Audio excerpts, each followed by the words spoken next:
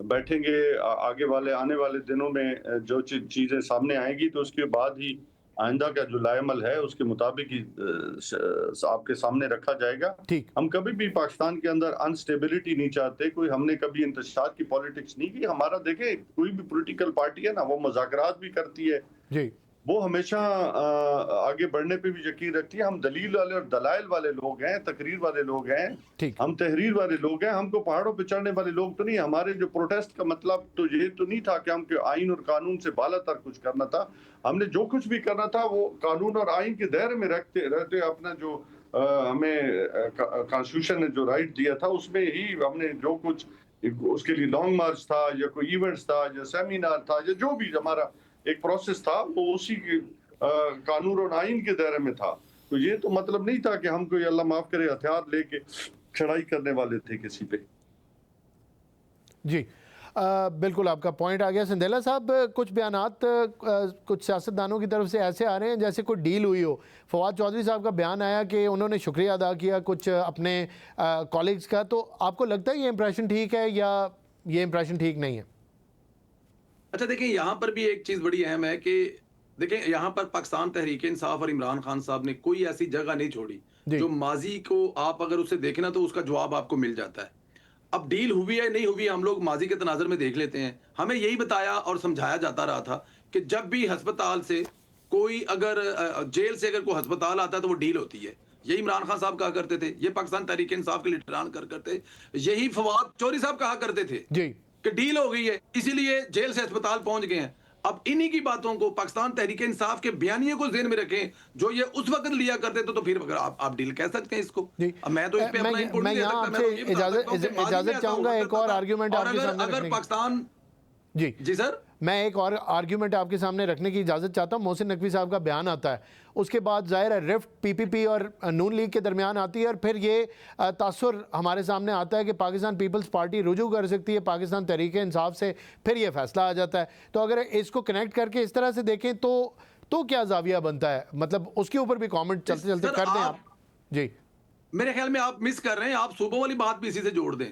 جی ٹھیک ہے نا جی, ابھی آپ صوبہ بلکہ ترکی اور جو ہمارا میں اتنا دور نہیں جاؤں, وہ بھی اس کے ساتھ جوڑ نہیں 5-7 چیزیں جوڑ دیں. میں اتنا دور نہیں جاؤں گا, یہ کچھ کے بغیر مکمل نہیں ہو سکتی. دیکھیں سندھیلا صاحب, یہ کچھ لوگوں کی رائے ہے آپ کے سامنے رکھنا, اس کی اجازت چاہتا ہوں, میری یہ رائے نہیں ہے. سر مجھے بھی تو رائے دیں. جی آپ دیں, آپ دیں. نہیں میں اپنی کلیریفیکیشن آپ کو دے رہا ہوں. رائے یہ ہے کہ صوبے بنانے کے لیے عمران خان صاحب کو جیل لایا گیا تاکہ وہ حکم صادر فرما سکیں, ان کاغذات پر سائن کر سکیں, سندھ کے 4 ٹکڑے, پنجاب کے 10 ٹکڑے اور اس طرح کے پی کے, یہ کرنے کے لیے, کیونکہ خان صاحب کے بغیر مکمل کوئی نہیں کر سکتا نا یہ. پھر جو وہ اس کے علاوہ ہم نے ایران کو اندر لے کے آنا ہے اس معاہدے میں, ہم نے قطر کو لے کے آنا ہے, ہم نے مصر کو لے کے آنا ہے. ان کے جو سربراہان سے کون بات کرے گا؟ عمران خان صاحب بات کریں گے تو ہی وہ آئیں گے نا. تو پاکستان کو آگے چلانے کے لیے کرنے کے لیے اب یہ بیانیہ ہے نا بہت بڑا سر, کل سے انشاءاللہ دیکھیں گے.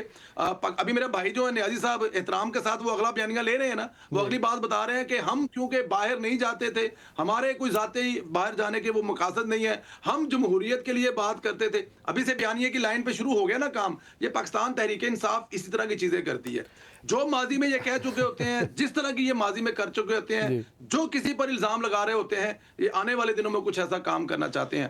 تو ٹھیک کہہ رہے ہیں, ہو سکتا ہے یہ بھی وجہ ہو جو آپ کے بقول بہت سارے لوگ اس پہ رائے دے رہے ہیں. جی کچھ صحافیوں کی یہ رائے تھی, بالکل میں دوبارہ ریٹریٹ کروں گا, لیکن مجھے بہت اچھا لگا آپ کا کامنٹ سن کے. کمال مہارت سے آپ نے اس کو ایک گلوبل ایشو بنا دیا, and I thoroughly enjoyed it. Thank you for that. Moving on to Niazi صاحب. نیازی صاحب اس کو رسپونڈ کریں, آپ رائی کا پہاڑ بنا دیتے ہیں. سندھیلا صاحب خوش نہیں ہیں آپ سے؟ بڑے بھرا نال چھوٹے بھرا دی لڑائی نہ کرایا تاڑی میری. نہیں میں نہیں کرا رہا, وہ لڑائی تو پہلے میرے خیال ہے جو چلے گئے نے. جی ٹھیک ہے, آپ کنٹینیو کریں اس کے اوپر. حکومت آئندہ آنے والے دنوں میں پاکستان پیپلز پارٹی کے ساتھ اپنے مسائل کو کیسے ڈیل کرے گی, اور آپ کو کیا لگتا ہے کہ یہ مسئلہ کافی سے زیادہ حد تک as per the demands of the P T I لگتا ہے کہ حل ہو گیا؟ کیونکہ ان کی ڈیمانڈز یہی تھیں. یہی نیازی صاحب سے میں نے کویسچن کیا کہ صحت تک رسائی اور اس کے بعد ملاقات فیملی کی, دونوں مسئلے حل ہو گئے, تو ایجیٹیشن کی کیا گنجائش رہ جاتی ہے؟ اس کے اوپر گفتگو کریں. میرے خیال میں یہ پاکستان تحریک انصاف کا جو لانگ مارچ اور یہ تمام چیزیں تھی، یہ جو ابھی پچھلے دنوں 4 دن جو تماشا ہوا ہے، اس کے پیچھے یہی تھا، اور میرے خیال میں ان کو اندازہ تھا، پتا تھا، کیونکہ ظاہر ہے یہ 1 2 3 چیزیں تو ہوتی نہیں ہیں، اور میں تو شاید 1 1.5 ہفتہ پہلے پاکستان تھا، تو میں وہاں پر یہ کہہ چکا تھا کہ عمران خان صاحب آنے والے دنوں میں ہمیں یا تو زمان پارک بنی گالا یا پھر ہسپتال میں جاتے ہوئے نظر آ رہے ہیں، تو یہ بات ان کو بھی پتا تھی، تو اس لیے وہ بھاگ دوڑ کر رہے تھے تاکہ لوگوں کو بتا سکیں، اپنے جو فالوور ہیں، جو پارٹی ورکر ہیں، ان کو بتا سکے دیکھیں جی ہم نے بڑا پریشر ڈالا ہے اور ہمارے اس ڈر کے اور خوف سے عمران خان صاحب کو وہاں پہ لایا جا رہا ہے. یہ سیاست میں ایسی چیزیں ہوتی ہیں اور شاید وہ بھی کر رہے ہیں, تو رسائی ہو گئی ہے اور رسائی کے بعد اب دوبارہ پھر اپنی اسی تنہا میں کام کریں گے اور اس کے علاوہ کوئی اور چوائس بھی نہیں ہے. عمران خان صاحب کو اچھا بچہ بننا پڑے گا اور بننا بھی چاہیے. آپ اینٹی اسٹیٹ موومنٹیں چلا کر جو ہیں وہ اس قسم کی کوئی جسے کہتے ہیں نا کہ وہ حرکتیں کر کے کوئی ایسا ریلیف نہیں لے سکتے. ریلیف لینے کا طریقہ کار یہی ہے جو آپ نے ابھی لیا ہے, اور میرے خیال میں اس ریلیف کو آپ بہتر ہے اپنے لیے, پارٹی کے لیے اور ملک کے لیے بہتر ہی رہنے دیں. تو بالکل ٹھیک. لاسٹ کوشچن, چھوٹا سا کامنٹ کر دیں, آپ کانفیڈنٹ ہیں کہ آپ کی حکومت جو ہے مدت بھی پوری کرے گی, آئندہ آنے والے الیکشن میں آپ کا رزلٹ بھی اچھا ہوگا اور پی ٹی آئی آپ کے لیے کوئی بڑا خطرہ نہیں ہے؟ اس کے اوپر کامنٹ کر دیں, پھر کلوز کرتے ہیں. سر آپ کے سوال کو کرتے وقت میں ہوں اور میں جواب دینے کے بعد شاید تھا, اس ایک سانس کا اگلے کا بھی ہمیں نہیں پتا, تو آپ مجھے 2.5 سال کا پوچھ رہے ہیں. ماضی ریکارڈ جو ہے اس کو سامنے رکھوں تو کچھ اور جواب ہے جو کہ ظاہر ہے میرا دل تو نہیں آپ کرنے کا ایک مناسب سا جواب ماضی اور مستقبل کے بیچ کا کوئی جواب دے دیں مجھے. اس کا جواب یہ ہے کہ ماضی میں کبھی بھی اس طرح سے جو ہماری اسٹیبلشمنٹ ہے وہ کسی بھی وزیر اعظم کے ساتھ سوائے عمران خان صاحب کے, لیکن کیونکہ وہ بھی 6 مہینے سال کے بعد جو عمران خان صاحب والی اسٹیبلشمنٹ تھے یا اس وقت جو لیڈ کر رہے تھے, آپ کو پتا ہے وہ عثمان بزدار اور بہت سارے دوسرے معاملات پر پھٹ پڑے تھے. لیکن یہاں پہ معاملہ اور ہے, پاکستان کی تاریخ میں کوئی ایسے الفاظ نہیں بولنا چاہتا جو کل میرے پھر گلے پڑ جائیں, لیکن آج کی تاریخ میں پاکستان جو اسٹیبلشمنٹ ہے اس نے وزیر اعظم کے ساتھ مل کر جو کامیابیاں حاصل کی ہیں, آپ اس کو حکومتی اور عسکری طاقتوں کے ملاپ کو پاکستان کا آج دنیا میں جو ستارہ ہے, چاہے وہ مارکا حق کے بعد ہے, چاہے وہ ایران اور امریکہ کی صلح کروانے کی کوششوں کے بعد ہے, پوری دنیا تعریف کر رہی ہے. اگر میں ان چیزوں کو دیکھوں, میں اگر دیکھوں سعودی عرب اور ترکی کے ساتھ اتحاد اور پھر مزید اس میں ملک شامل ہوتے ہوئے, میں اگر یہ دیکھوں کہ آپ کا امریکہ بھی تعریفیں کر رہا ہے کہ یہ بہت اچھا ہوا ہے, تو پھر مجھے لگ رہا ہے کہ انشاءاللہ تعالیٰ پاکستان کی بہتری کے لیے, اس عوام کی بہتری کے لیے یہ حکومت بھی اپنا وقت پورا کرے گی, اور وزیر اعظم پاکستان میاں محمد شہباز صاحب وہ بھی وقت پورا کریں گے, اور عمران خان صاحب تھوڑا بہت لبیا ہے وہ بھی عہدے سے گزارا کریں. بہت بہت شکریہ آپ کے وقت کا. امجد نیازی صاحب آپ کے وقت کا بھی بہت شکریہ. ناظرین یہاں وقت ہوا ایک شارٹ کمرشل بریک کا, کہیں مت جائیے گا.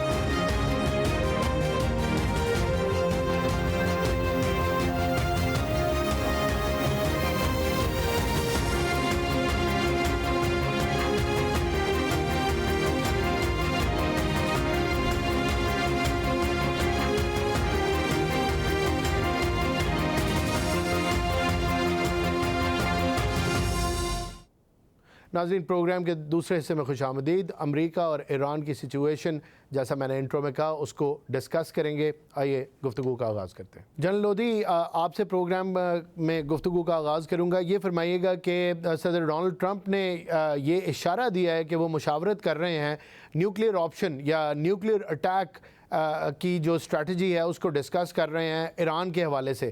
آپ کیسے دیکھتے ہیں اس اسٹیٹمنٹ کو, کیونکہ ان کی ایک ایکس کانگریس وومن ہیں جن کا نام ہے مارجری ٹیلر گرین, انہوں نے بھی اس طرف اشارہ کیا ہے.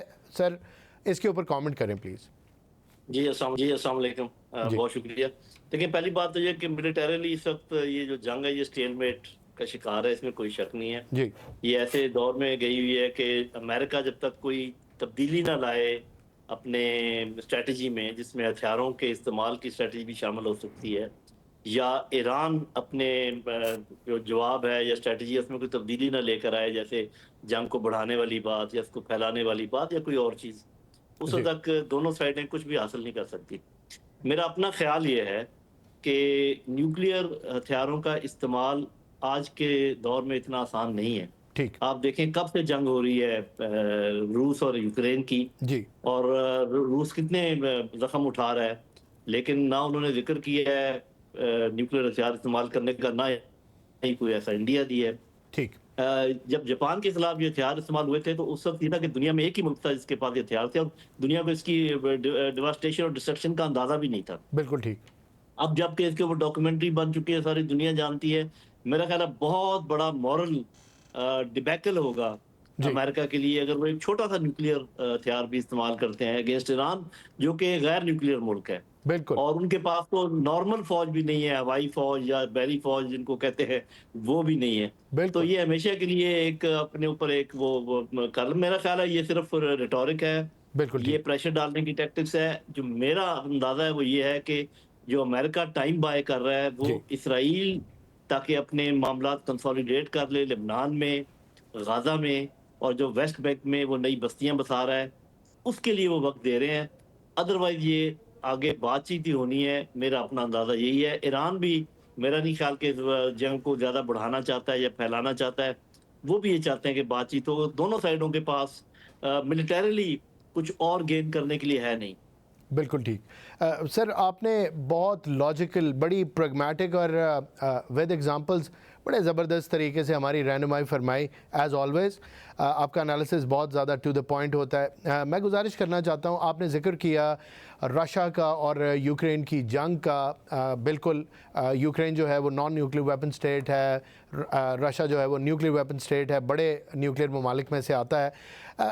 اگر ہم موازنہ کریں تو رشیا نے کسی ٹائم پہ بھی نیوکلیئر اٹیک کی دھمکی یوکرین کو نہیں دی، جبکہ امریکہ کا کیس دیکھیں تو بارہا اشارہ دے چکے ہیں، اور جب بھی شروع کرتے ہیں وہ یہ کہتے ہیں کہ ایران کو نیوکلیئر ہتھیار حاصل نہیں کرنے دیں گے، جس کی ایک ٹرانسلیشن شاید یہ بھی ہو سکتی ہے کہ اشارہ دے رہے ہوں کہ you are a non nuclear weapon state and we are the biggest nuclear weapon state of the world. تو اب جو جنگوئزم ہے امریکہ کا وہ تو مشہور ہے، اور یہ ریکلیس بھی ہو جاتے ہیں۔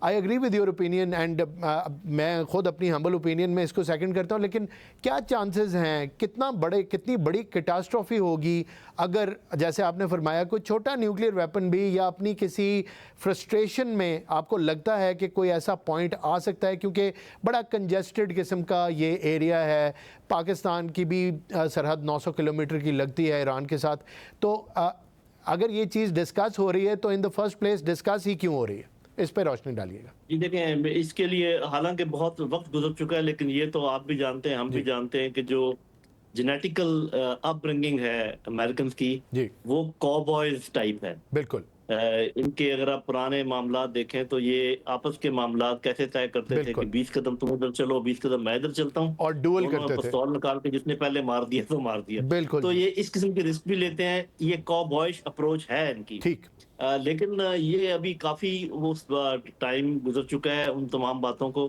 اور انفلوئنس کافی آ گیا ہے وہاں پر، جو انٹیلیجنشیا ہے، جو پڑھے لکھے لوگ ہیں، اور دنیا کا بھی آپ کو پتا ہے کہ کچھ نہ کچھ اثر تو ہوتا ہے۔ بالکل، تو ہے، مطلب میں اس کو رول آؤٹ تو نہیں کر سکتا، ٹھیک، اسپیشلی جب تک ٹرمپ ان پر جی، ہے، وہاں کے صدر۔